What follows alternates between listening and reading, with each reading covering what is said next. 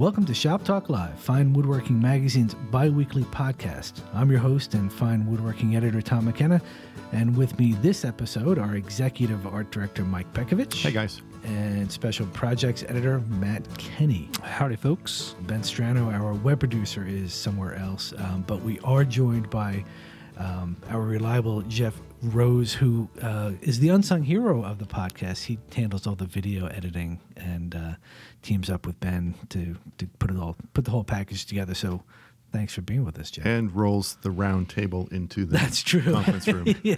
He's the stage crew, too. Thank you, Jeff. And he laughs at most of our jokes. So he's kind of like a groupie. Anyway, before we get started with the fun, let's take care of some business. Remember to visit finewoodworking.com to keep up with the tool giveaway for our 40th anniversary. The current prize is a set of Veritas bench chisels from Lee Valley, the 01 versions. To win it, you must enter by July 11th. That's a really good prize, by the way.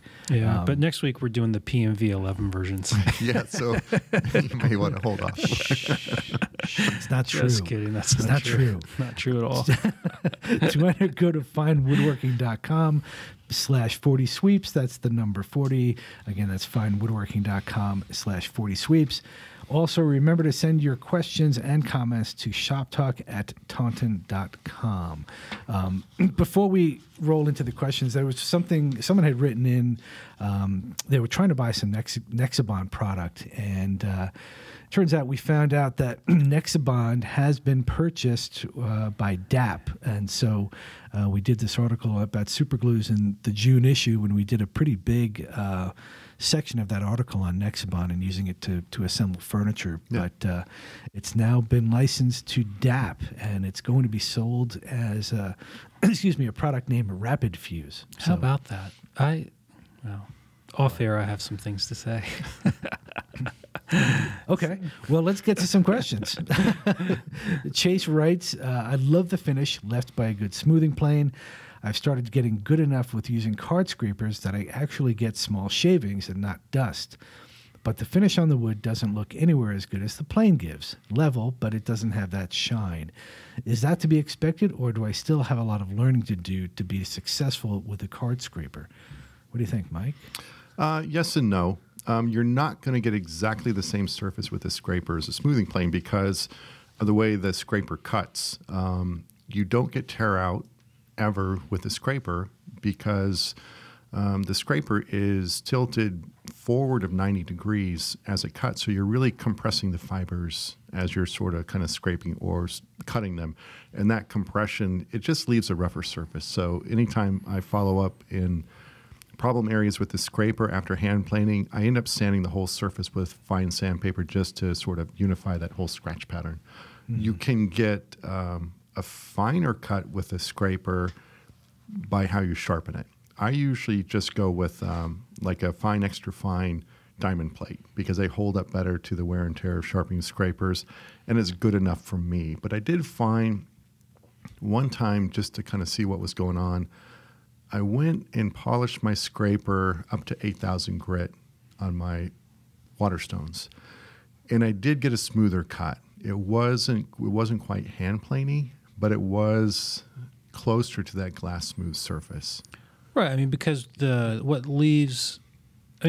of it's the cutting action. Right. But also part of it is the fact that with a hand plane, we take the bevel, the cutting edge, to that mirror polish, which removes all those little, in theory, removes all the little grooves. Right. And so the smaller the grooves are in the bevel, the smoother the surface. Yeah. So if your scraper is only done on a diamond stone and it has bigger grooves, it's not going to leave us tight. In conjunction with the cutting action of the two tools. I've used my scraper pretty much where my hand plane doesn't work effectively, so I come in like if there's some reversing grain or something. But in those areas, I usually sand after. I don't go back over it with the hand plane because that's why I went to the scraper in the first place. Yeah. Yeah. A lot of classes I teach, especially if folks aren't up and running with hand tools in terms of surface prep, we bust out the scrapers. And that at least saves you a couple grits with a sandpaper. Even if you have to sand beyond that, it's still... Have you done a video on sharpening the scraper? Yes. So, that's on people Fine should Woodworking. check that out. Mike has a really cool method, and it's really simple. The other reason I don't ever always go up to a high polish on my scraper is I think the burnishing action with the burnisher, it kind of like mushes over that edge. So I kind of think that I'm getting rid of all those scratches just by squishing them. That sounds like solid theory, Mike. Squishing them. Some really solid scientific theory you've got going on there. It's very scientific. Just by mushing them, you get rid of the grooves. Yes. Yeah. Get along, little doggy. All right, let's move on to question number 2. This one is from Sean. And Sean writes, my preferred method for finishing is to use blanc shellac followed by a buffing with steel wool and paste wax. But I'm finding that when finishing woods with deeper pores like white oak, I can never completely remove the wax from the deeper areas. I'm currently using Minwax paste wax applied straight to the wood with 4/0 steel wool, and then I buff out the surface with a clean rag. Do you have any tips for application that may help me preserve the grain definition and keep the pores from filling in? Yeah, don't put wax on it. I mean, that's if you have pores and you put wax on it, you're going to get wax in the pores. Unless I guess maybe you could try just a really light hand, but I still think you're going to get wax in the pores. In the current issue, Mike has an article on finishing with shellac. Yes. And you apply a wax afterward, right? I do. And the example we showed was white oak. So. White oak. I do a lot of white oak, and even though it's a really large poured wood, typically what I do is I'll dip the steel wool in mineral spirits before I apply the wax, just because it thins the wax down. So it just goes on easier, and you don't have to use as much wax because you're wiping it all off anyway, so you want as thin a coat as possible. I don't find a problem with the wax getting stuck in those pores. I think, like walnut, which still has kind of open pores but is really dark, you can either use a darker wax and just, it gets in the pores, no big deal, but it's dark, so that's fine. Or you can steel wool first and then follow up with wax, and this time you put a glob of wax sort of inside your wax rag and sort of squeeze it so it just kind of squeezes to the surface, and in that way you can apply a really, really thin coat of wax without theoretically getting it down into the pores. What's the teaspoon equivalent of a glob? It would be a full teaspoon. Full teaspoon. I've done dark waxes on walnut. And I do not like that look. What I've noticed is that it fills the pores, and then you just have these dark pores. And it kind of, clear wax, I think, or clear wax works better on walnut. And Mike is right. I mean, in theory, the way you apply wax is you're not rubbing in or rubbing on hard wax. You're rubbing on wax in a sort of almost liquid state. Yes. Because it gets warmed up. And that's why they put it inside the rag. You're supposed to squeeze it out.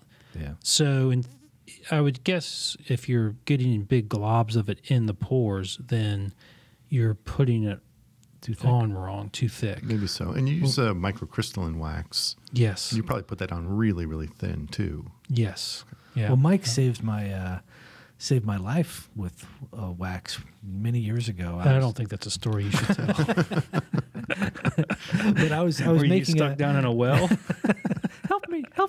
No, I was building a table and I was putting a finish on it, and I was using the Minwax paste wax straight out of the can, and I was having a devil of a time removing it afterward. And Mike said, "Hey, just thin it with mineral spirits." And once I did that, I was like a huge revelation. Saved a lot of labor, and it went on so much more evenly. It was really much easier to control. So that's a huge tip, just to thin it out. I recently, we got an email in the follow-up of that article that Mark Schofield did about microcrystalline wax. It was surprising. It was something that a guy, I think he was a conservator, and he wrote to us about it, and about how difficult it is to remove microcrystalline wax, that it's just mineral spirits won't take it off, that you actually have to apply heat to remove it. Wow. There was an article written about this in some conservators magazine, which he provided a link to. I can't imagine the insurance waiver on that piece as they're doing that. I think conservators and professional finishers are the biggest disseminators of bad information on finishing.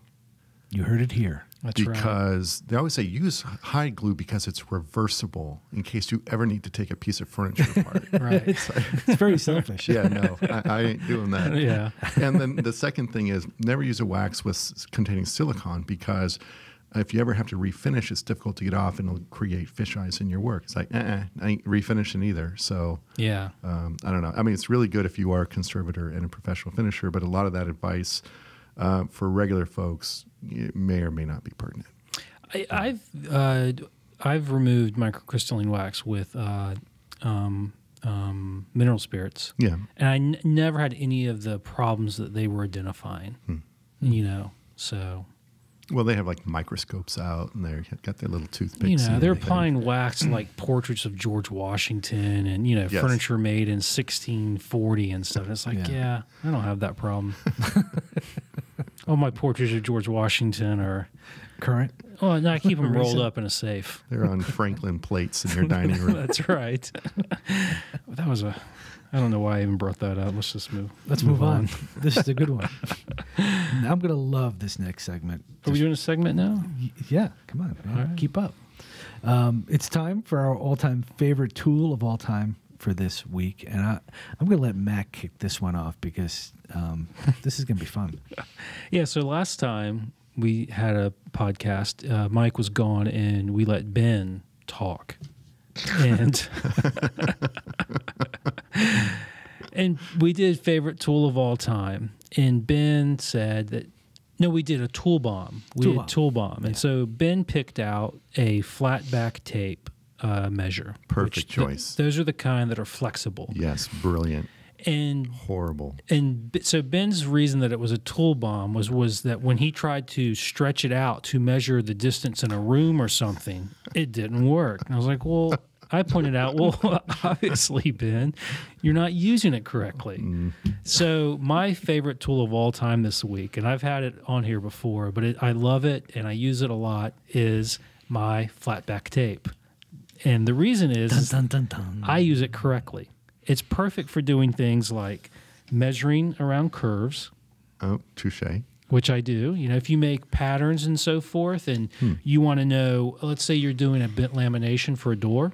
Yes. And you want to know, well, how wide do I need to make my shops on veneers so that it covers everything? It covers up my core that I've glued up. Well, you just put this on the core and measure it, and it tells you exactly how much. And there's no guessing about it. There's no fussing around. It gives you an exact measurement. And also, because it's flat, it lays flat on any panels or boards, and it's much easier to get an accurate mark than trying to roll a tape over to do that. And also, I really like it because I know that it irritates everyone else here that I do like it because you guys think it's a gimmick, but it is awesome. It actually does things, especially if you use it to measure curved things, which is partly what it's intended for. You can fit yourself a hat too, right? I do. Could you measure your waistband? For a belt? We could. Okay. Yes. Awesome. Would you like me to demonstrate that? No, maybe later. So that's my favorite. Is that the model you can also write on? You can write on this. Yeah, there's a little bit of space down at the bottom. You can sort of use it as a storyboard. I do not, just because I don't want to write on it. Would it take a pencil mark? Yeah. All right. Yeah, it would. And the lines go right up to the edge, so it's really awesome. And these tape measures from FastCap are really nice. I have two of them, this kind, and I have a standard. And they're really just nice, solid measuring tapes for woodworking. They're great for woodworking. They're 16 feet long. You can't measure a room with it. No, I can't measure a room with that. He was like, when I extended out to try to get the spider web down out of the ceiling, it doesn't work. And I was like, Ben, come on.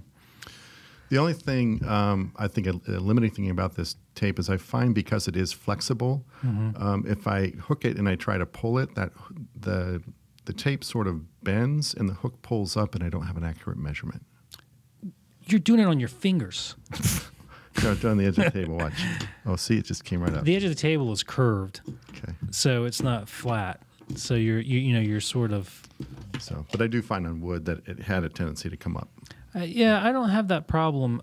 But maybe because I always just have my hand there initially. I hold it down and then pull it out. And then once you get tension on it, it doesn't do that. And, other tape measures, like I said, there's pluses and minuses to all tape measures. The kind that are the rigid kind, I hate that having to roll over, because when you roll over, all of a sudden, the hook less can't of the show hook. up that way. Right. Yeah, the hook isn't there, and it wants to pop up. So. Well, I think that is a good point.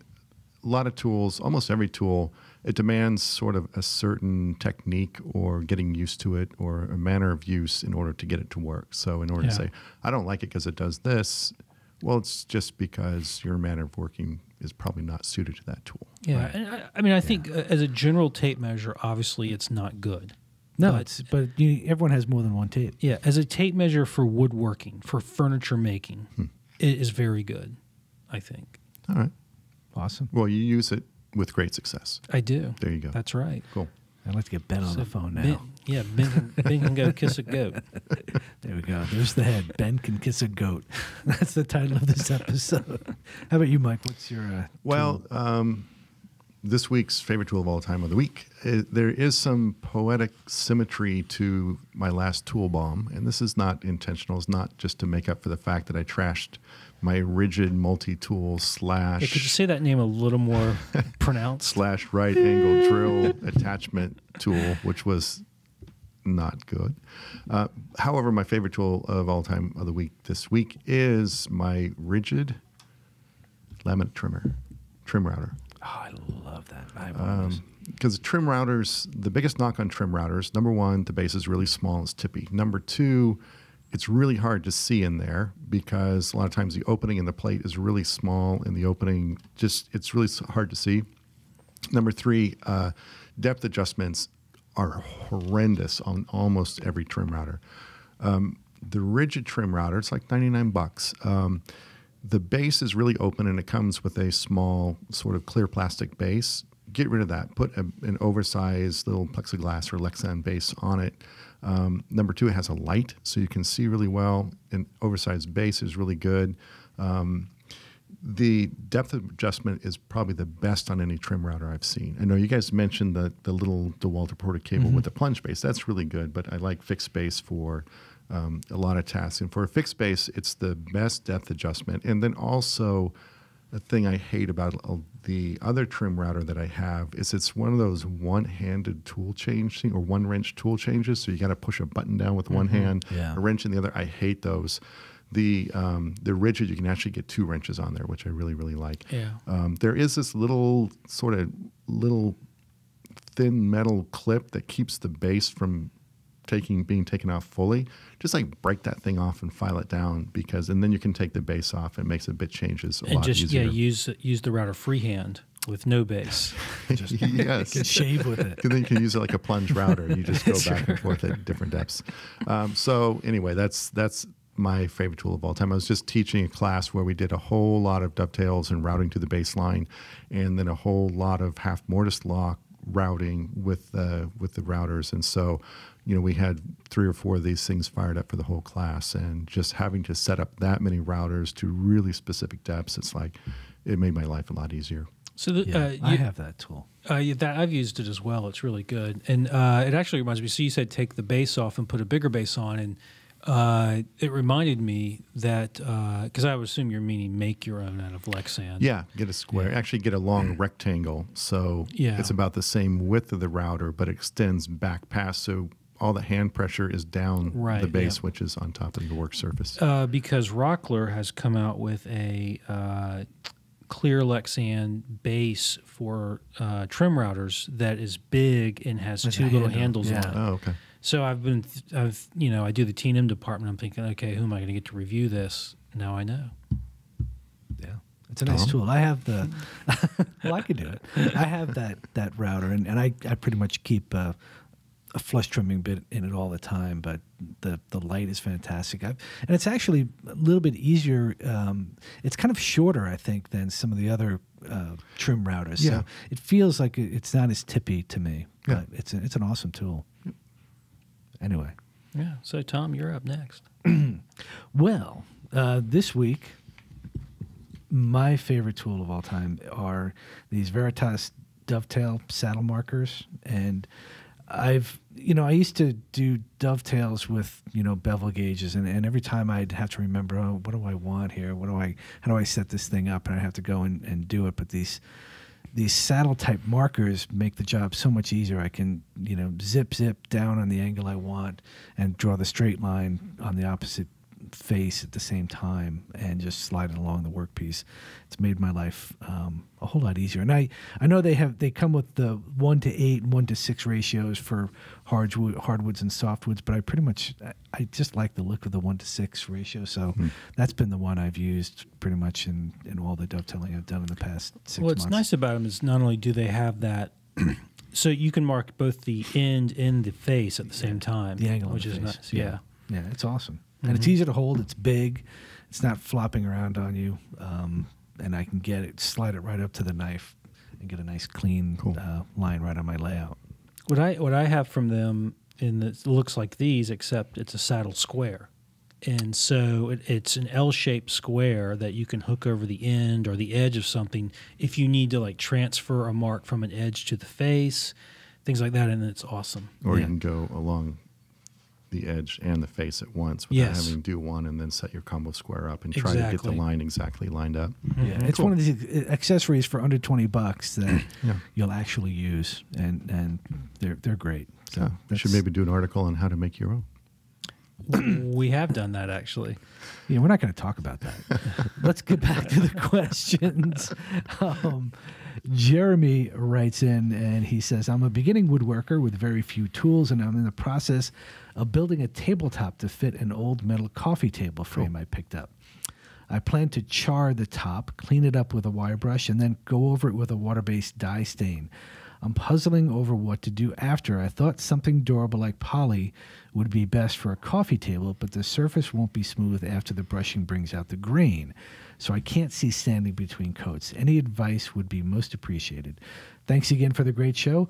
This is the best line ever. I have a monotonous job, so I listen to a lot of podcasts. I feel bad for Jeremy. Basically saying your podcast is slightly less boring than my really boring job. Right. Cool. And Jeremy says that he works at, and his boss is... Last name deleted. Right. This is a tough question. Well, sanding between coats, he's going to have to sand. If he applies a water-based dye stain, it's going to raise the grain anyway. So he's got to figure out how to sand. You're probably going to, do all your brushing. You probably want to pre-wet the surface and sand it a bit just to reduce the amount of grain raising with your water-based dye. So I don't know, maybe you do that. Who knows when during this process. But the bottom line is the textured surface doesn't really prohibit you from putting a finish on top of it. You just don't want to film. You're not going to like glop on anything with a big old paintbrush. You want to thin it down. Yeah.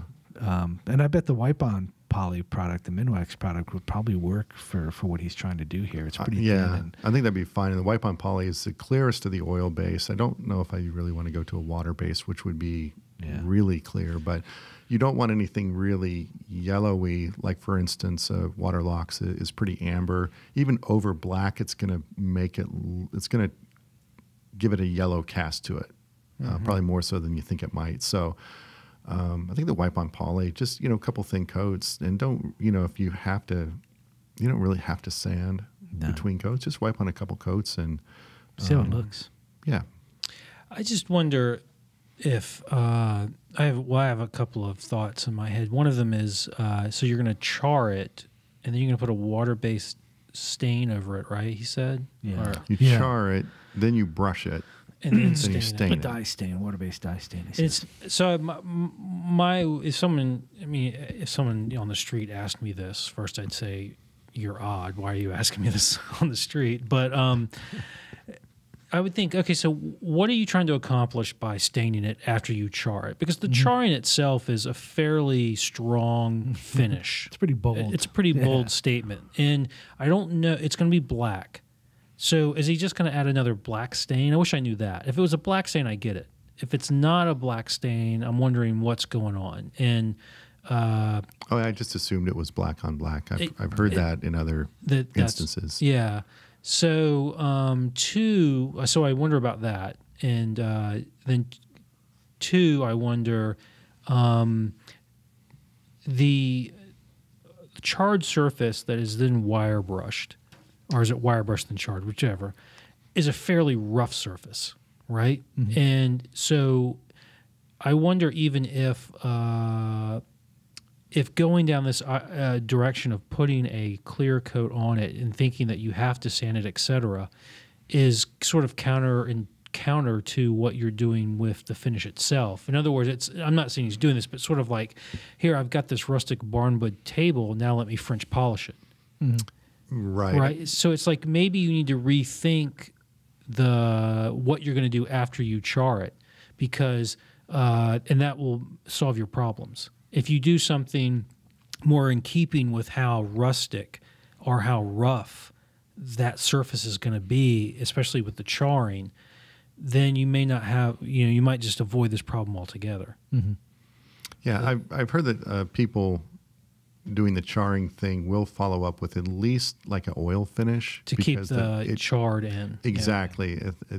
It also sort of really brings out the richer color, darkens it a bit to where you want. So I don't know, even an oil finish, but yeah, if it's a tabletop and it's black, what kind of protection do you need? I mean, because usually, don't wax it, because liquid on wax will turn it white. Mm-hmm. So as long as there's no wax, the only other problem is if you have something like water, say on an oak top, and it makes it through to the surface, it'll give it black ring. But it's black. But it's already black. Yeah. So maybe you don't need a whole lot of protection. Maybe this whole protection thing is a red herring. Throw a little, wipe on some oil, call it good. Or cover it with plate glass.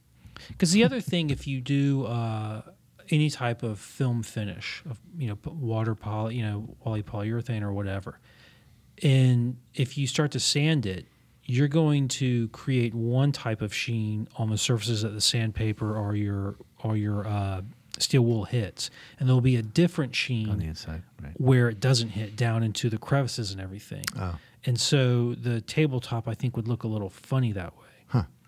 I mean, I've wire brushed, and actually it has an effective. It does sort of open up the pores, but it also burnishes the surface too. Mm-hmm. So it does give it sort of a hard shine just from the wire brush itself. Yeah, but once you put the clear poly on it or whatever you put on it, that is going to have add a sheen and a cast to it, right? Right. So, well, I have to say, I would go maybe with a satin poly, because I wouldn't want it half shiny. I think I would want it almost like a matte finish. Yes. I have to say that for a beginning woodworker, Jeremy's pretty ambitious here. So that's good to see or good to read. But he's an advanced pyromaniac, and he's bored at his job. This could be a very dangerous combination. He's got a blowtorch and he's bored, and he's listening to a podcast and he's doing it while he's working. And we just put something into his head. We better move on quickly. It does turn out that Jeremy does work at a nuclear power facility.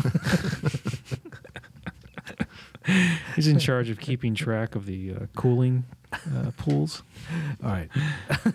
Glen from London chimes in with a question. He says, hey, I have a question about structural strength in furniture. As a beginner to fine woodworking and furniture making, how do you calculate how much strength a given object will have? How do you know if using a certain size of timber will hold X amount of weight? That's a very interesting question. I don't know. Well, I've never done mathematical calculations, but I remember when I first started building, real furniture like tables with legs, I certainly started off building them overly fat. I was going to say, usually you're building too much. Too much. So I mean, the thing is, you don't need to do mathematical calculations because a lot of these problems have already been solved, and that's why people do things like, well, my legs are, X square when I start, and my aprons are normally 5/8, 3/4, or something like that. It's like these problems have already been solved. You don't have to reinvent the wheel here. Exactly. Yeah. I mean, I think one component of that is it isn't just how much weight it will hold, because that's sort of easy to solve. A lot of it is sort of structural strength in terms of rigidity, resistance to racking. Yeah.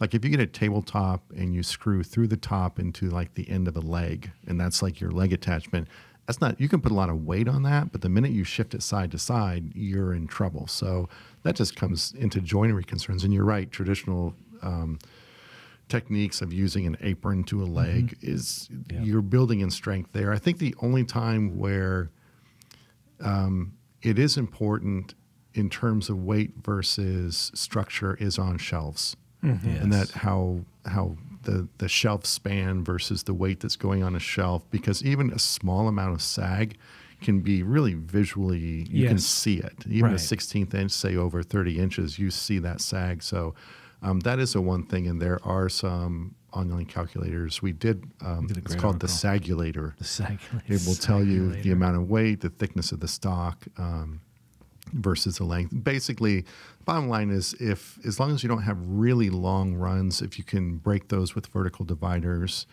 and use wood, something like oak versus MDF, which will sag quite a bit. And then there's other ways to strengthen really, really heavy loads. But I think that's about the only time I would really sort of break something out or go to great lengths to add some strength, is if I'm putting heavy things on a shelf, which is fairly long. I mean, I'm sorry.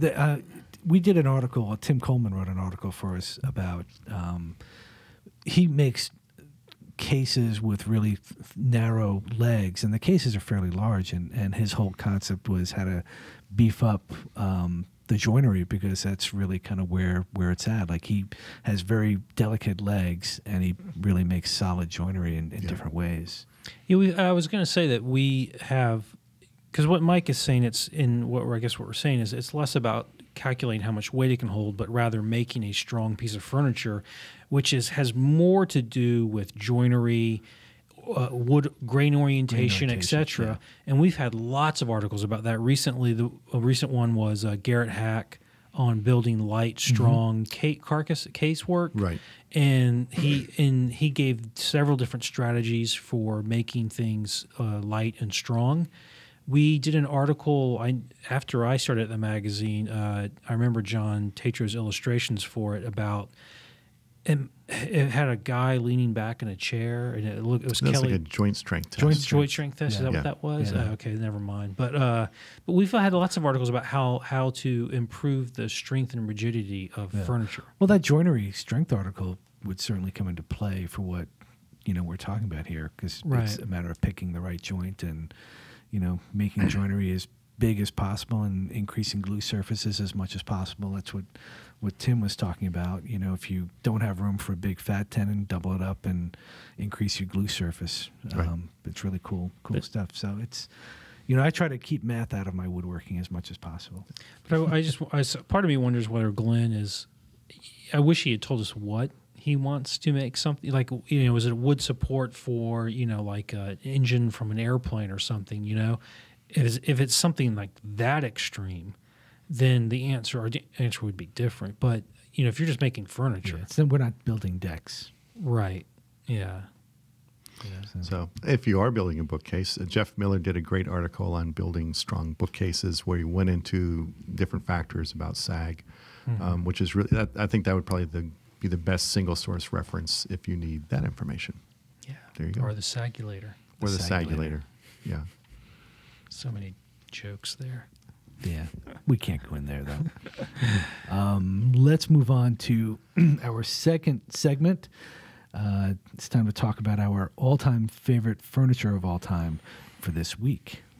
And since Matt might start us off before I'll throw it Mike's way. Yeah, I would definitely want to go first. You know how, like, you're ordering at a restaurant, and like exactly what you want, but then the person ahead of you orders the exact same thing? If you're stealing mine, this is gonna be from good. Today, there's going to be trouble. Please. I'm not stealing it, but I have a feeling the theme might be somewhat consistent with yours. So my favorite piece of furniture of all time of the week is by Adrian McCurdy, who I believe is a Scottish furniture maker. He sort of came into woodworking by doing reproductions of like medieval furniture made out of riven oak. So literally you take a big giant log with wedges and you split it into boards. And he made traditional furniture like that. But what I really like about his work, he was on the back cover of issue 223 is that he sort of moved on. He uses those same traditional techniques, but he uses them in a really contemporary sensibility. So he's not saying, oh, here's a traditional technique, I'm going to use it to make traditional looking furniture. He's really sort of putting his own spin and bringing a contemporary context into his work. And on the back cover, there's this great little blanket chest, which looks like it's kind of free-form curves, but it's actually because he's using ribbon boards that are just following the grain in the wood. And as they undulate, the boards themselves undulate. And so he makes this really, it looks simple at first glance, but it's really incredibly complex, perfectly fit pieces, irregular pieces to other pieces. And I really like that. And I think that whole notion, this is why I said I thought it might be similar to Matt's, is that he's using basically traditional forms and obviously referencing traditional furniture, but he's really putting an original contemporary spin on what he's doing. It's what I like about his work. It's what I like about Garrett Hack, bringing a fresh sense to traditional federal or shaker elements. I really like that. I think a lot of what we do, you can do original work without having to start, reinvent the wheel and come up with something that no one's seen before. I think it's even more powerful when you are referencing things that sort of people can key into, but maybe don't have an appreciation for, because it's hard to get past old-looking furniture to see really fresh ideas in there. So, and I think it's what Matt does really, really well in his use of milk paint. It's what I'm trying to do by maybe bringing arts and crafts elements or even kumiko elements out of their traditional context into more contemporary furniture, even like period furniture from like 18th century furniture, which we think of sort of being old-fashioned, like ball and claw feet and highboys. Even those pieces were referencing really ornate European styles at the time. And really that American furniture was really sort of a stripped down, really sort of, conceptualized version of other references. So in a way, I think that was very contemporary for its time as well. So anyway, Adrian McCurdy, check him out. Good stuff. What I really love about that back cover is that it's the back of a front cover that I shot. Oh. That makes me happy. Yeah, you shot that front cover? Oh, the front cover is Chris Gochner in front of a really, really nice wall-hung tool cabinet. Which article was that, for the tool cabinet? Yeah. Okay. No, anyway, I think I love what Mike is talking about. It's funny, if you looking at the back cover, if you took away the photograph of Adrian working and just look at the pieces themselves, they look totally like they would fit into a modern space, but they're made with these old time techniques that still have merit for sure. Yep. And Ben Strano on the Fine Woodworking Instagram feed, Ben has posted just recently a number of Adrian's pieces on there if you want to take a quick look. Yeah. Yeah. There's also a nice slideshow of Adrian's work on the website. Yes. Narrated by John Benson. Very good. And he also uses sort of a kind of medieval technique of pierced carving to really good effect, both in somewhat traditional forms and also in really contemporary forms as well. That bench shows it right there. Yep. It's beautiful. All right. Who's next? You can go. All right. As long as you don't steal my thunder. No. So my favorite piece of all time this week was actually made on a CNC machine out of MDF and plastic. I don't know what you're talking about, Mike. No, mine is actually, this is truly one of my all-time favorites. Ever since the first time I saw it, and I'm really not a period furniture person. I don't like period furniture too much. But I do like this piece, which is by a maker named Timothy Philbrick, who I believe is in Rhode Island. I'm not positive about that. But it is his take on a Goddard Townsend secretary. And he sort of cleaned it up and made it very modern. Yeah.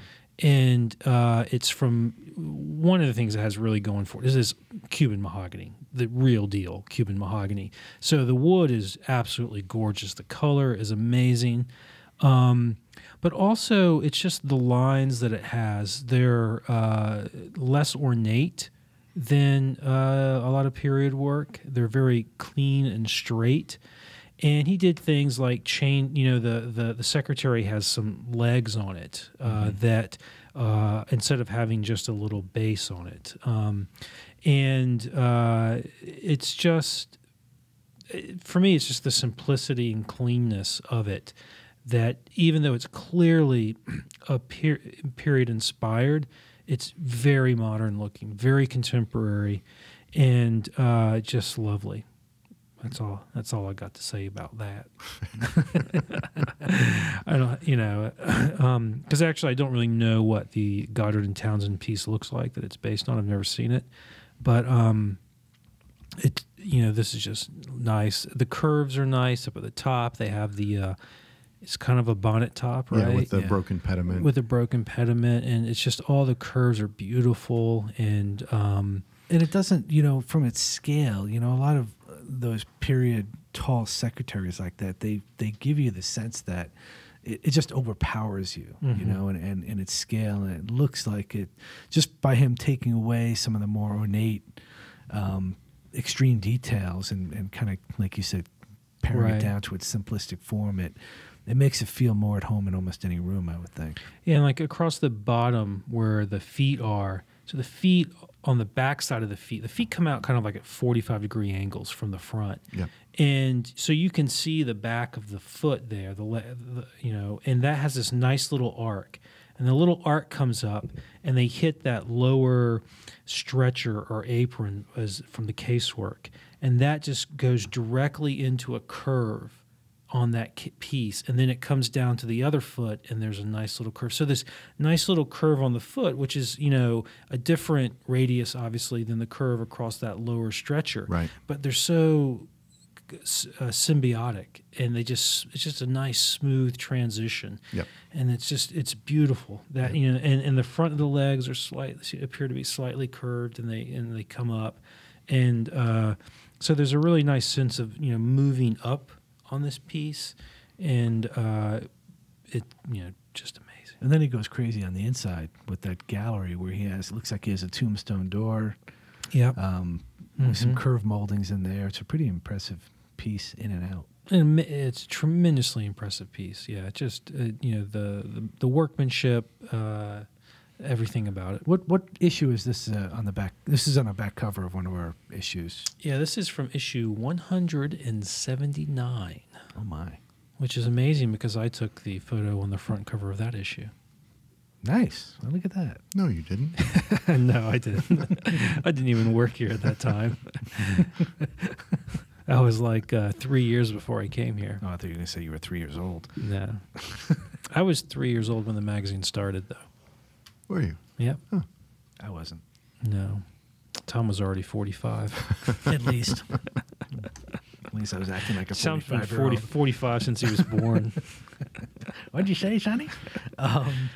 Well, my all-time furniture piece of all time for this week is it's funny, I mentioned Tim Coleman before, but it's a case piece that Tim made. I think it's from 2006, and it's been in the magazine here and there in little snippets of some of his technique articles. And Tim is a graduate of the College of the Redwoods, so he was schooled in the form of the cabinet or chest on stand, and he's taken it to his own direction in what in the cabinet on stands that he's building. And this piece is really, to me, it's an amazing piece of work, and looks like it has a walnut base and has these elegant curves, almost like a sinuous curve going up the side, and then the stretchers on the bottom are curved really subtly to connect the piece. And one of the things that I love about Tim's work is that he is a master at the top of a table or a base like this, where the aprons and the legs, they're shaped together, and it all comes together as kind of one big form. It's like, it almost looks like it was carved out of solid wood. And on top of the base, he has this really funky cabinet, and he uses veneers. He's got a vacuum press, so he's got some brilliant veneers. Looks like maple, and he's got a scroll sawn pattern molding, and this will be, I'm sure I'll get Ben to show a photo of it, at the top and the bottom. And Has this clean look, handmade pulls, and on the interior, he's got this really cool gallery on the inside with hand-carved pulls on the drawers up in the top. And it's just super clean. And Tim has just an eye for putting patterns on furniture that just don't overwhelm. And he has this perfect balance of contrast. And contrast is always a tough thing for beginning woodworkers to manage, because either you do too much or you do too little. And to me, Tim has, hit a home run here. Yeah, Tim's work is really nice. I really like a piece of his from the back cover that was like these two little round cabinets that were joined together, and they were made from yew. And I think You and Me. I was trying to run through my head of all the names that could have been, like thinking of you and me. But Tim's work is fantastic. Yeah, that piece is over the top good, Yeah. But this, what's cool about this piece, it almost looks like, like that I could make it, but I know I can't right now. Yeah, there's that simplicity that it's so resolved that it just looks simple. Yes, yeah, it's deceptive. Yeah, good luck with that. Yeah. Right. I just had an idea that would help everyone around the world improve their woodworking. So I don't know how we would implement this, but for anyone who ever goes to a lumber yard and says, I'd like to buy some walnut and some Purple Heart to make, just as soon as you start to say that, they say, nope, not going to happen. We're not going to sell that to you. You're banned. You're banned. It's like, how grocery stores don't sell eggs to kids on Halloween. Right. Yeah, you do not sell maple and Purple Heart together. It's like just never going to happen ever again. It's the worst combination of woods in the history of mankind. Well, I'm going to have to rethink my next project. Yeah.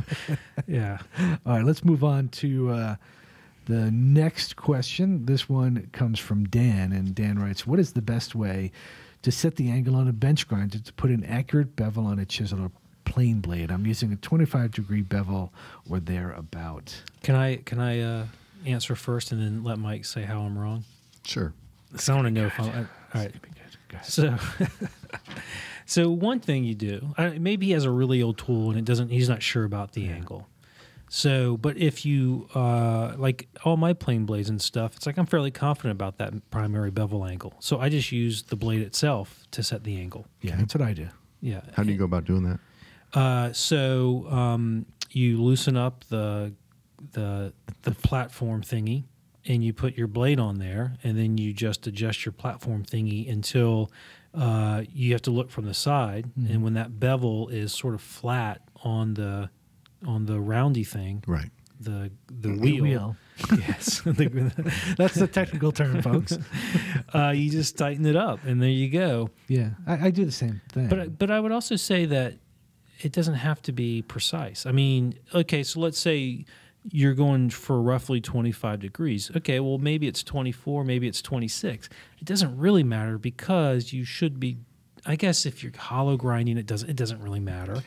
And if you're going to put a secondary bevel on it, it doesn't really matter what that primary bevel is. No, it doesn't matter. I have a Tormek, which is, the only downside is it's fairly slow. I have a Tormek. It's a slow-speed water wheel grinder thing. It's like a high-speed grinder, but it's slow, and it removes material very slowly. So is it a slow-speed grinder, Mike? So it's a low-speed grinder. And it's a wet wheel. It's a wet wheel. So the problem is, if I don't get that angle exactly right, I'm removing more steel than I have to in order to get a full grind all the way across. So for me, the more accurate I can get it, the less work I have to do. And then, to your point, if you're slightly off, you're only off by a fraction of a degree, and it's not the cutting angle itself, so it doesn't really matter.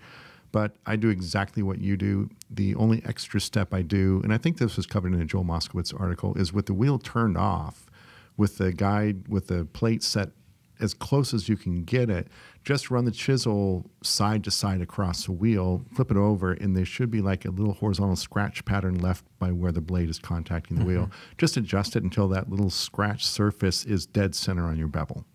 So you're supposed to turn the machine off? You want that off at this point. Oh. You probably want to unplug the machine. That would make it a lot easier. I did not know that. Hey, by the way, Tom, did you know that Mike has a Tormek?